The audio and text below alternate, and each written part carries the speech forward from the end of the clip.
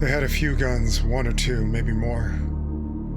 The street was crowded, but I'm sure they would have used them if it really came to that. I didn't think they saw me slip out and walk up 6 just before I turned the corner. I checked over my shoulder just in case. There they were.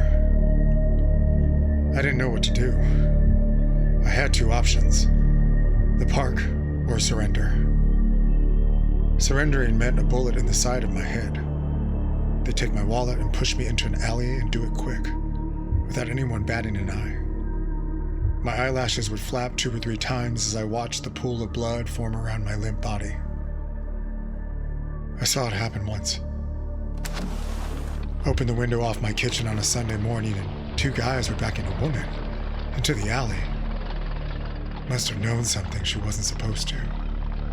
Seen something. Done something. Bang.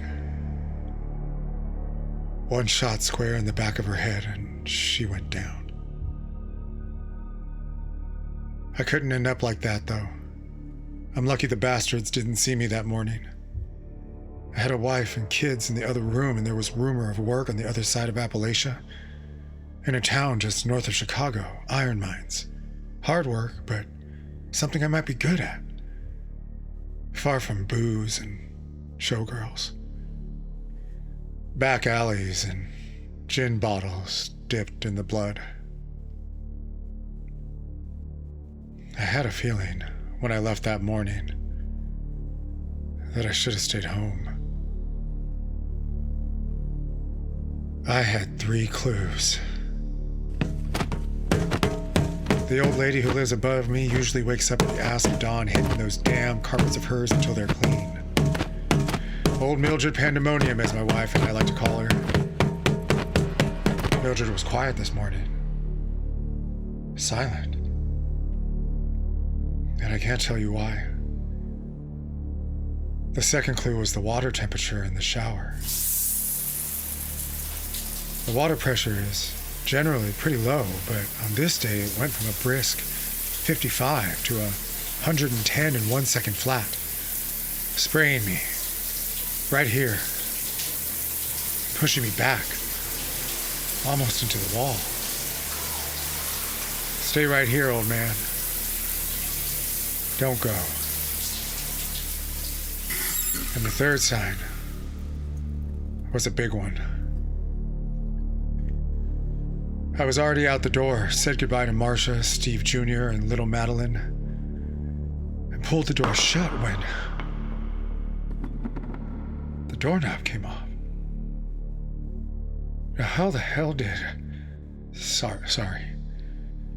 About my cursing. My father was a sailor and my mother... well, she wasn't much better. I should have taken the hint. The signs the universe was giving me, some god out there was giving me a nudge. A big heads up that wherever I was going was the wrong side of the tracks. It was a short day. I made the deliveries I was supposed to make in the AM and early afternoon and had the rest of the day to dip my elbows in the drops of gin at my favorite downtown watering hole just south of the park. I ain't talking about no 21 Club where Mae West swung from the chandeliers. This place was such a dive, the cops didn't care if we filled our glass with moonshine or turpentine. Must have been just after 5 when they came in. They had a girl with them and she was acting kind of funny. Young girl. Probably 15 or so. Lots of lipstick and clothes that made her look like she was heading to a New Year's celebration. She could have been one of the guy's daughter, but there were only a few drinks in and you could tell she was his. I shouldn't have said anything. It wasn't my place. Guys like that, you just shouldn't interfere with. It's just I looked at this girl who was obviously scared and dressed like one of them Bowery prostitutes. I looked at her sipping on her straw with her bright red lipstick and thought of my own little girl. In a blink of an eye, this could be Madeline. To hell and back before she's even legal. I set down my drink and I gave those men a piece of my mind.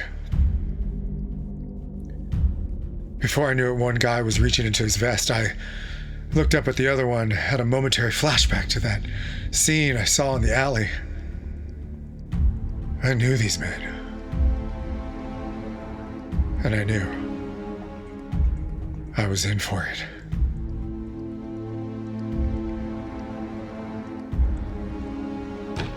I was out the door before the guys could blink. I knew I had to get away. Fast. Hell's Kitchen was like the palm of my hand, and I crossing up and down around those parts like a pair of lions were chasing me. The one guy was fast on my trail, his buddy close behind. I ran into the big entrance to the park right at dusk. I tried zigzagging in case they started shooting. My pace increased when I passed the thicket. There used to be a thicket right there, at the entrance. It's just a tree or two now. You'd hardly even recognize. I reached a place I thought they wouldn't find me. Just over there. It was getting dark, and a fog was rolling in.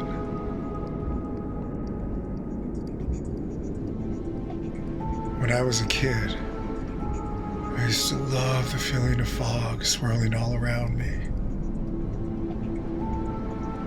I stood there still. Very still. More still than I had ever been in my entire life. I held one hand on my chest and the other muffling my nose and mouth, trying to eliminate any sound, any huffing from my breath. Any noise could activate my potential execution.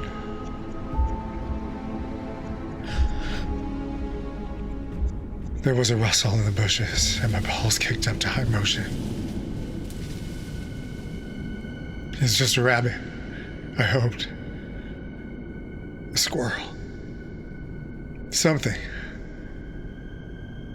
Anything but.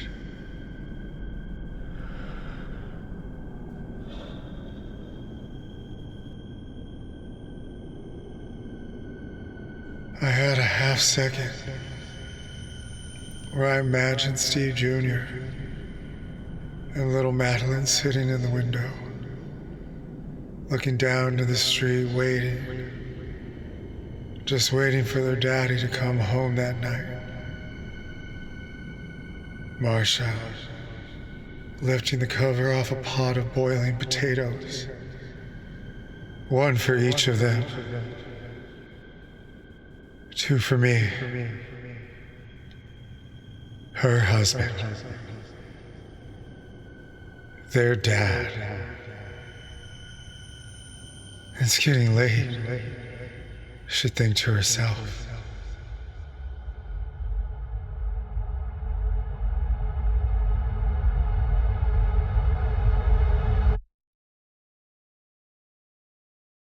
The first shot missed.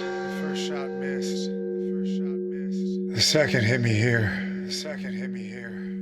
It was a clear shot. Two more steps. And I went down.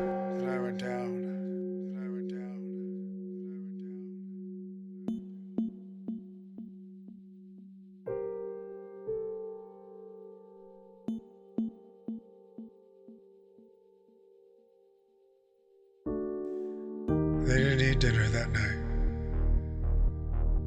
Marsha fell asleep in the windowsill with our little ones, our babies, in her arms,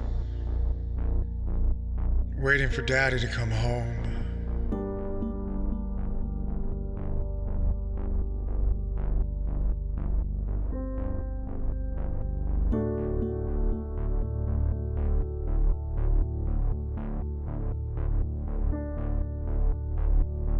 You're not imagining it.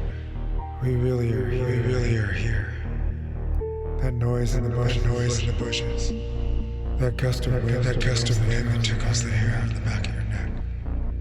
That chill up your spine. The shift from hot to cold to freezing cold to warm again. A whisper in your ear.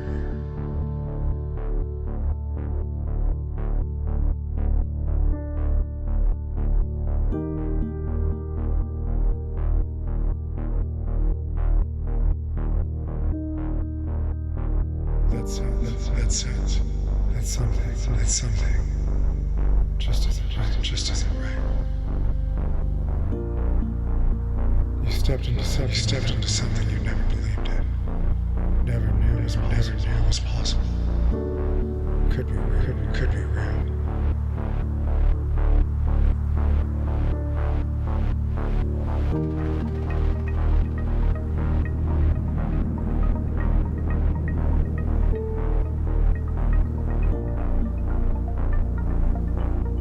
Every evening, just when dusk swirls between the trees and rustles the leaves,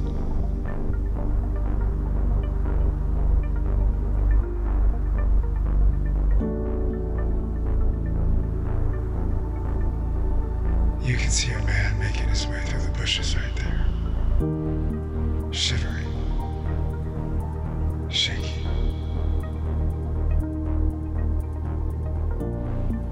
Wishing.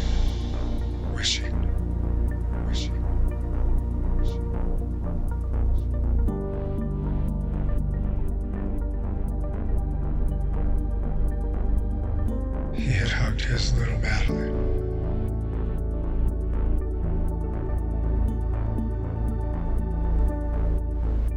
One last time.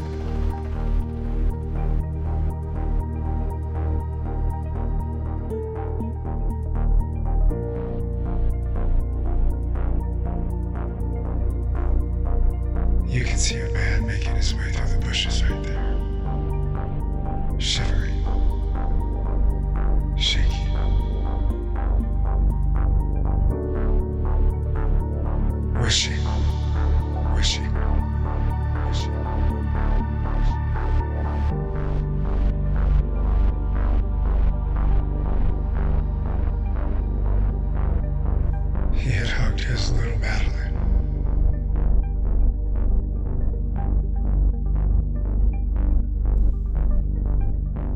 last time.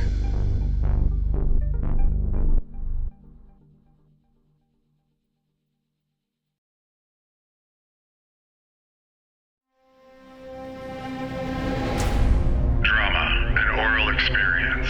Episode 5, Dusk in the Park, featuring Aaron Salazar. Written by Jeffrey James Keyes. Original score by Manuel Pelayo and Giancarlo Bonfanti. Marketing Director, Madeline Corcoran. Associate Producer, Matthew Solomon. Directed, executive produced, edited, and engineered by Aaron Salazar.